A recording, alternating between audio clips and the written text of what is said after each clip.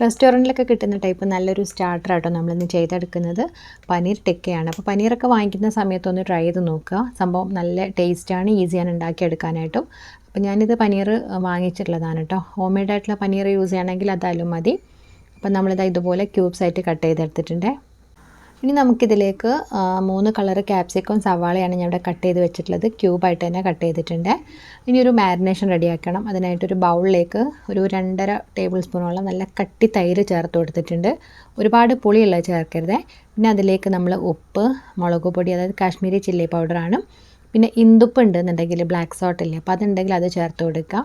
പിന്നെ കുറച്ച് ഗരം മസാല, മല്ലിപ്പൊടി, കുരുമുളക് പൊടി, പിന്നെ ചെറിയ ജീരകത്തിൻ്റെ പൊടി, ഇഞ്ചി വെളുത്തുള്ളി പേസ്റ്റ്. അത് നല്ല പേസ്റ്റ് ആണെങ്കിൽ നല്ലതാണ്. ഇതിപ്പോൾ ക്രഷ് ചെയ്തിട്ടുള്ളതാണ്.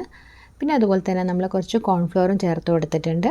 പിന്നെ ലാസ്റ്റ് കുറച്ച് കസൂരി മേത്തിയാണ് കേട്ടോ. ഉലുവയുടെ ഇല ഉണക്കി പൊടിച്ചിട്ടുള്ളതാണ്. പിന്നെ നമ്മൾ കുറച്ച് ബട്ടറോ ഓയിലോ നമുക്കതൊന്ന് ബൈൻഡ് ചെയ്യാനായിട്ട് ഒന്ന് കുറച്ച് ചേർത്ത് കൊടുക്കാം. പിന്നെ നമ്മളൊരു ഏകദേശം ഒരു 1/2 മുറി ചെറുനാരങ്ങൻ്റെ നീരും കൂടെ ചേർത്ത് കൊടുക്കുന്നുണ്ട്. ഇനി നമ്മളിതെല്ലാം കൂടെ നന്നായിട്ടൊന്ന് മിക്സ് ചെയ്തെടുക്കുകയാണ്. നമ്മൾ ഒരുപാട് ഇൻഗ്രീഡിയൻസ് ചേർത്തിട്ടുണ്ട്, പക്ഷേ എല്ലാം കുറേശ്ശെ മാത്രം ചേർത്തിട്ടുള്ളൂ. അപ്പം നമ്മൾ നോക്കിയിട്ട് ഉപ്പോ എരിവോ ഒക്കെ കുറവാണെന്നുണ്ടെങ്കിൽ ഒത്തിരി ഉപ്പോ അല്ലെങ്കിൽ മുളക് പൊടിയൊക്കെ ചേർത്ത് കൊടുക്കാം. അപ്പം ഞാനെല്ലാം നോക്കിയപ്പോൾ എല്ലാം കറക്റ്റായിരുന്നു. ഇനി അതിലേക്ക് നമ്മൾ നേരത്തെ കട്ട് ചെയ്ത് വെച്ചിട്ടുണ്ടായിരുന്ന പനീർ ചേർത്തിട്ട് നന്നായിട്ടൊന്ന് മിക്സ് ചെയ്ത് കൊടുക്കുകയാണ്. ഒന്ന് സോഫ്റ്റായിട്ട് മിക്സ് ചെയ്തെടുത്താൽ മതി. അല്ലാന്നുണ്ടെങ്കിൽ ആ പനീർ മുറിഞ്ഞു പോകും, അപ്പോൾ ഒരു ഭംഗി ഉണ്ടാവില്ല കാണാൻ. അപ്പം നമ്മളിതാ മിക്സ് ചെയ്തൊക്കെ റെഡിയാക്കി എടുത്തൊരു 20 മിനിറ്റോളം നമ്മളൊന്ന് ജസ്റ്റ് അടച്ചു വെച്ചിട്ട് ഒന്ന് പുറത്ത് തന്നെ വെച്ചാൽ മതി. ഫ്രിഡ്ജിലൊന്നും വെക്കേണ്ട ആവശ്യമില്ല. ഇപ്പോൾ 20 മിനിറ്റ് കഴിഞ്ഞ് മാരിനേറ്റ് ഒക്കെ ചെയ്ത് കഴിഞ്ഞു. ഇനി നമ്മൾ ഇതിലേക്ക് നേരത്തെ കട്ട് ചെയ്ത് വെച്ചിട്ടുണ്ടായിരുന്ന വെജിറ്റബിൾസ് ചേർത്ത് കൊടുക്കുകയാണ്.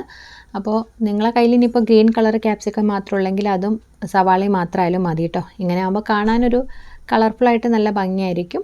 അപ്പം നമ്മളിതെല്ലാം കൂടെ ഒന്നും കൂടെ ജസ്റ്റ് ഒന്നിങ്ങനെ ഒരു പനീറൊന്നും മുറിഞ്ഞു പോവാതെ മിക്സ് ചെയ്തെടുത്തിട്ടുണ്ട്.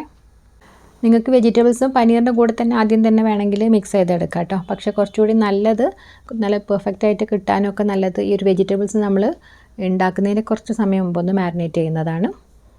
ഇനി നമ്മളിതൊരു ബാംബൂ സ്ക്യൂബേഴ്സ് എടുത്തിട്ട് അതിലേക്കൊന്നിങ്ങനെ കോർത്ത് കൊടുക്കുകയാണ്. അപ്പോൾ അതിന് പകരമായിട്ട് ഈർക്കിലി എടുത്താലും മതി, അല്ലാതെ ഈ മെറ്റലിൻ്റെ പപ്പടക്കോലൊക്കെ പോലത്തെ അപ്പോൾ അതൊക്കെ എടുത്താലും മതി കേട്ടോ. അപ്പം നമ്മളതിലേക്ക് ഞാൻ 3 കളർ ക്യാപ്സിക്കം ഉള്ളതുകൊണ്ട് ആ ഒരു 3 കളർ ക്യാപ്സിക്കം, സവാള, പിന്നെ ഒരു പനീറിൻ്റെ പീസ് വെച്ചു. പിന്നെ അതുപോലെ തന്നെ റെഡ്, യെല്ലോ, ഗ്രീൻ, പിന്നെ ഒരു സവാളയുടെ പീസ്. അപ്പോൾ അങ്ങനെ ആ ഒരു ടൂത്ത് പിക്കിലേക്ക് 2 പനീർ, അതുപോലെ തന്നെ 3 സെറ്റ് വെജിറ്റബിൾസ് ആയിട്ടൊന്ന് വെച്ച് കൊടുത്തിട്ടുണ്ട് കേട്ടോ.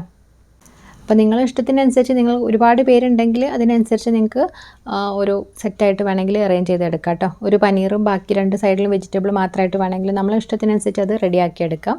അപ്പോൾ ഞാനിവിടെ 4 എണ്ണം സെറ്റ് ചെയ്തിട്ടുണ്ട്. പിന്നെ ബാക്കി ഒരു 3 എണ്ണം ഓരോ പനീർ വീതം റെഡിയാക്കി എടുത്തിട്ടുണ്ട്. ഒരുപാട് അരപ്പ് ബാക്കിയുണ്ടെങ്കിൽ ഇതിൻ്റെ മേലെ, ആ വെജിറ്റബിൾസിൻ്റെ മേലൊക്കെ ഒന്നും കൂടെ മാരിനേറ്റ് ചെയ്ത് കൊടുത്താലും മതി കേട്ടോ. ഞാൻ പക്ഷേ അങ്ങനെ ചെയ്യുന്നില്ല. ഇത് തന്നെ അത്യാവശ്യം മാരിനേറ്റ് ആയിട്ടുണ്ട്.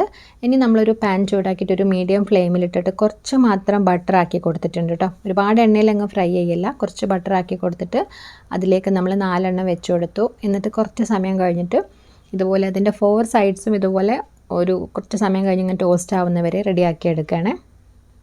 നമുക്കിനിപ്പോൾ ദോശക്കല്ലായാലും കുഴപ്പമൊന്നുമില്ല, അതുപോലെ ഫ്രൈ പാൻ ആയാലും ഒന്നും കുഴപ്പമില്ല കേട്ടോ. ഇനി ഓവനിൽ വെച്ചിട്ട് നമുക്കതുപോലെ ചെയ്തെടുക്കാൻ പറ്റും. അപ്പം നമ്മൾ ആ 4 സൈഡൊന്ന് കുക്കാവുന്നവരെ ഇതുപോലെ ഒന്നിങ്ങനെ ടോസ്റ്റ് ആക്കി എടുക്കുന്നുണ്ട്. പനീർ ടിക്ക ഞാൻ ഫസ്റ്റ് ടൈമാണ് കേട്ടോ വീട്ടിലുണ്ടാക്കിയെടുക്കുന്നത്. അപ്പോൾ മുമ്പൊരിക്കൽ ചിക്കൻ ടിക്ക ഉണ്ടാക്കിയിട്ടുണ്ടായിരുന്നു. അപ്പോൾ നല്ലൊരു സ്മെല്ലൊക്കെ വരുന്നുണ്ട് കേട്ടോ. നമ്മൾ ആ ഒരു മാരിനേഷൻ തന്നെ ഒരു പ്രത്യേക ടേസ്റ്റാണ്, ഉപ്പും നല്ല പുളിയൊക്കെ ആയിട്ടുള്ള.